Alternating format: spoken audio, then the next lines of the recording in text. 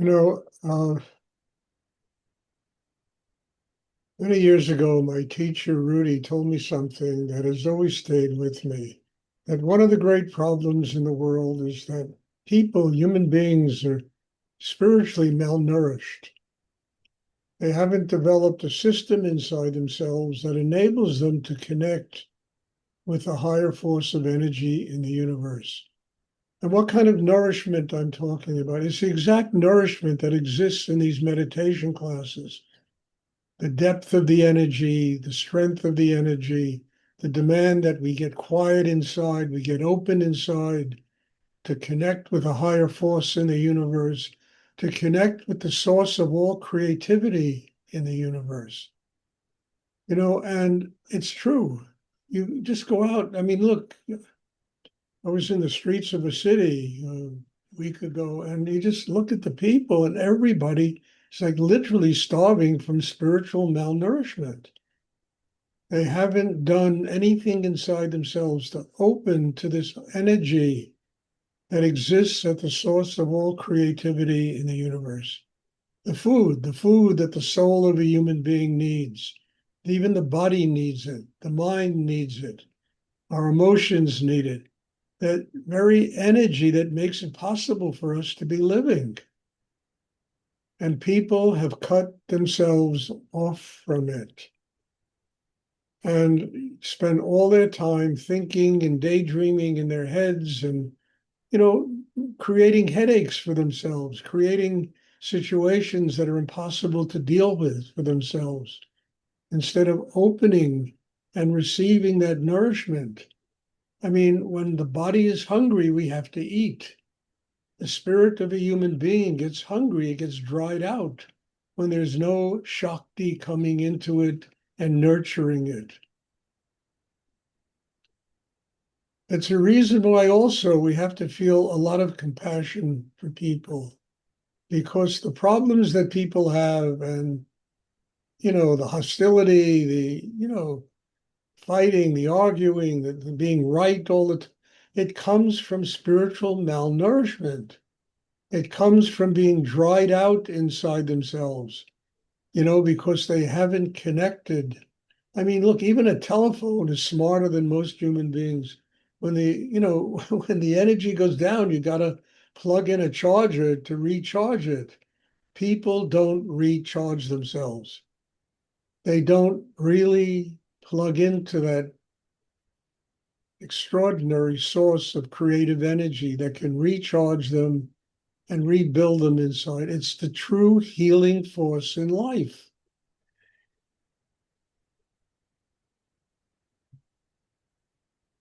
So what people do is they spend all their energy on family, on jobs, on this, on that, and they get depleted. And they don't know how to restore that energy. And these meditation classes are only about restoring the energy that we spend during the day so that we can sustain some kind of a connection with energy that's infinite in the universe, with spirit, with life-giving, a life-giving force that enables us to truly function in the world on a high level. That's all this meditation is about.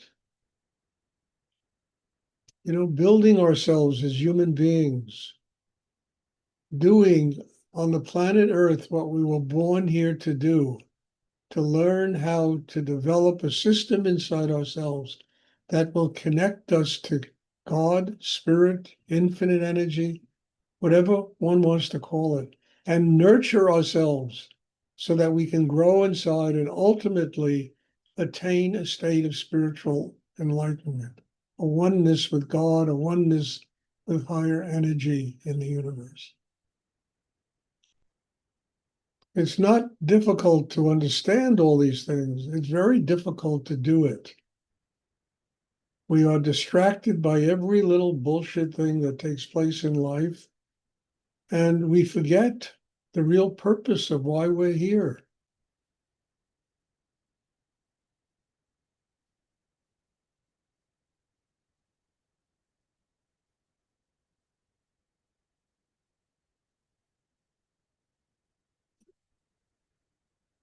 Does anyone have a question they would like to ask? Yes, Rafi. Hi, Stuart.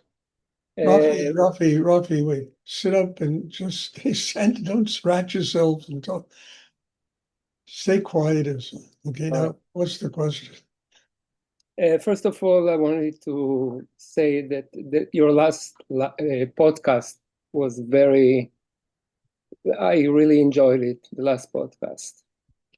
I wanted to see if you can talk a little bit, and maybe you just talked right now about it actually, about how to manifest a positive future through attention, intention, and meditation. How do you see the process happening? How do you see a positive future or what? How do you create it through? I'll tell you how, Rafi. I mean, your future depends upon what you do right now. Right. You understand? Your future doesn't exist. It's the future. But how you live your life now and the amount of inner work you do to build yourself and grow inside will determine your future. If you don't do anything, that will determine your future. And, most people don't do anything to fix themselves, to work inside. And their life, that becomes the future. And you look at people by the time they're 40, 50, 60, 70 years old. I mean, basically they're capable of maybe playing bridge every day. I mean, their lives have become dried out. You understand? Because that energy that they have spent is not replaced. Your future, and I'll say this again, is determined by exactly what you do today. And if you work on yourself, if you do deep inner work, and I don't mean sitting down 24 hours a day and meditating, but every day sitting down for a half hour, whether you're in class or you're not in class, and work on yourself, build yourself. I mean, look, I am my future. I'm not a young man anymore. And I live my life like I'm 35 years old with all the stuff I have to do. It's ridiculous to think that at this point in my life, I have what I have to do every day. It is a manifestation of me having worked on myself every day for the last 50 years. Otherwise, you just level off. It's like a great artist, I mean, there was an artist, he was like a post-impressionist named Levamink. And his paintings used to come up at Christie's, and they were always the same painting of a dark sky with a village and a couple of people walking. It's the same painting, $200,000 to $300,000. And I used to look, I say, what? What did, I was once in an exhibition of the Fauves in Los Angeles. And I discovered that Lamink was one of with Matisse and Brock and a bunch of these guys. It was part of that Fauve movement. And there were paintings of his that were so extraordinary. I looked at the paintings, my mouth dropped. They can't be the same guy who was painting those dark skies and villages. You know, he leveled off. He lost the creative flow. Mm. You understand? As he got older, he couldn't sustain that because he probably wasn't looked to recreate himself every day as an artist. As a young man, he was a genius. What he painted was extraordinary. A lot of this is found in movies and art and music, where people get success and then they level off and they wallow in that success instead of each day recreating themselves, finding a deeper element in their life. Because your future and my future, and you probably have a bigger future than me because, look, I'm much older than you. It depends on what I do today. If I'm working on myself, the future always inspires me when it comes. The things that come are just amazing. You know, I sit at my computer and I watch these emails I get and things that come. It's just staggering. And it's a product of me working on myself today. Because the only thing any of us have is this moment. Who here has a future? What do you know? How do you know what's going to happen in 10 minutes? Don't know. Nobody knows. So we have today, and we have to make today this extremely positive force of energy that connects us to what's infinite in the universe and gives us that strength that we don't have to worry about the future. We just live today, and today becomes tomorrow, and tomorrow becomes the next day. And it's always the present. It's not the future that we're worried about. We are living in the moment. Yeah. It's like Ram Dass, be here now. You know, and that other guy, I always forget his name, the power of now. That is the power of the future, how you live your life today.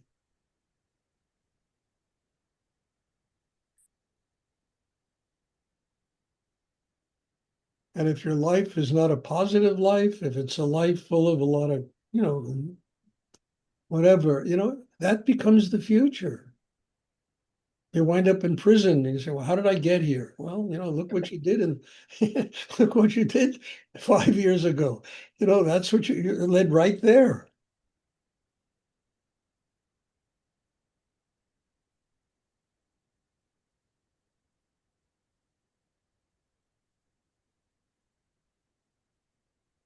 Thank you, Stuart. You're welcome. I mean, look, you have an amazing genius, Rafi. And in order to do what you do, you have to be in the present. You can't be thinking about the future. Your capacity and how you do your work, it's amazing. And in order to do it, you have to be in the now, right? You can't be sitting there thinking about what's going to happen in 5 years, you know? And that's part of learning how to be in the now, doing your life in this.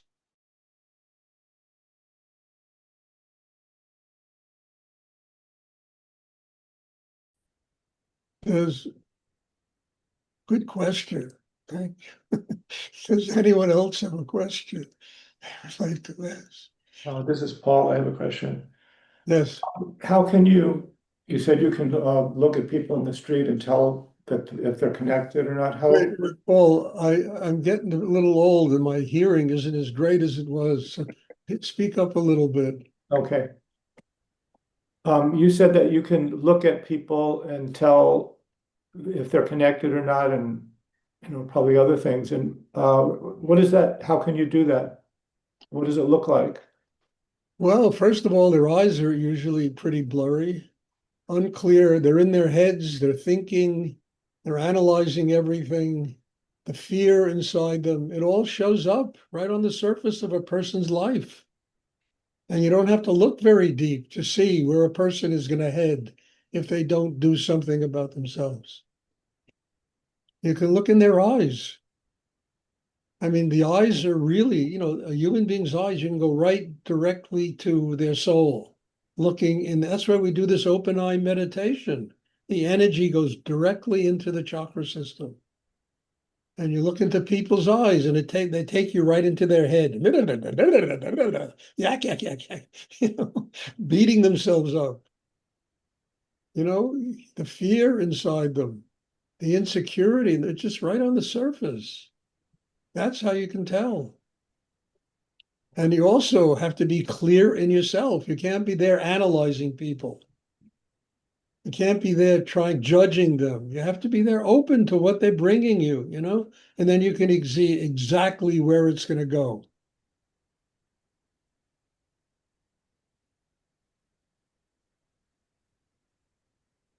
It's not difficult. One has to be clear in themselves. Then you can see where life is going to go. If you're not clear in yourself, you'll never see the lack of clarity in other human beings.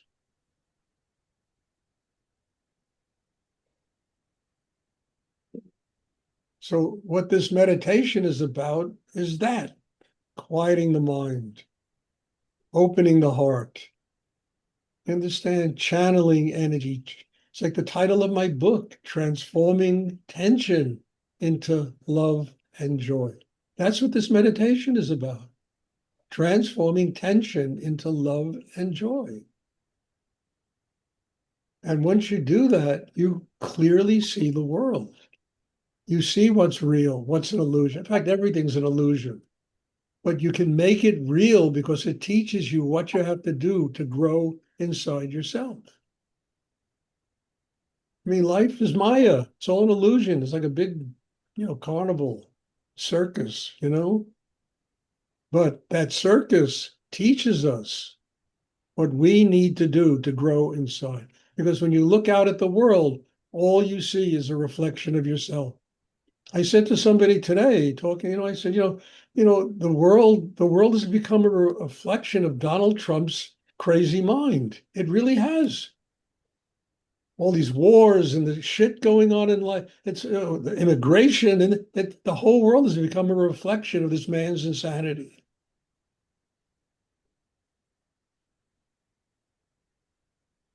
And if you buy into it, all right, you get trapped in somebody's insanity. But that's what it is.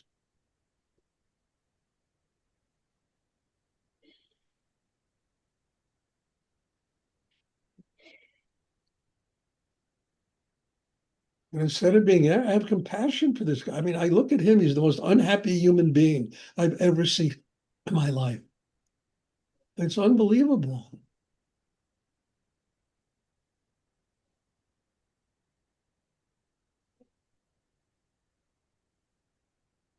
That's his moment.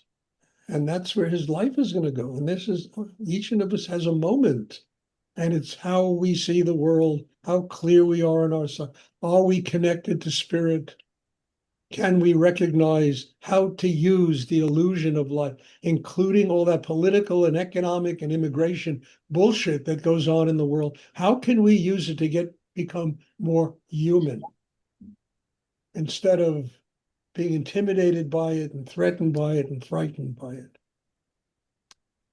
How do we get more human because of what we see and because of illusion, Maya?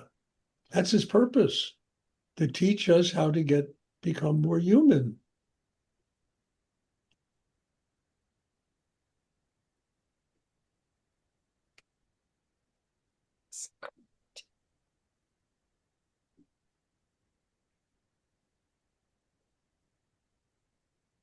Did you touch yet? Hello? Yeah. Does somebody else have a question they would like to ask? Wow, great class. I didn't, this energy is just coming through. It's amazing, I mean, it's not me talking here. I just want you to know that. I am listening also because I have a lot of this shit to learn also. I mean, it's that energy just comes through and it brings things that are really important that we all have to learn.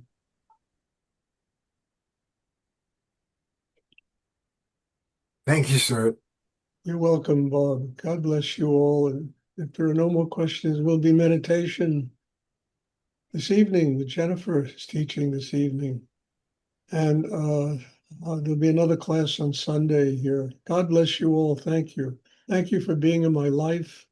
And thank you for attending these classes. It's a miracle, these classes. And I should bring one of these classes to the United Nations. Maybe they'd learn something there. Very good thing to do. But anyway, God bless you all. And I'm looking forward to seeing everybody soon. God bless you too. Thank you. Thank you, Thank you, Stuart. Stuart. Thank you, Stuart. You're welcome. Thank you.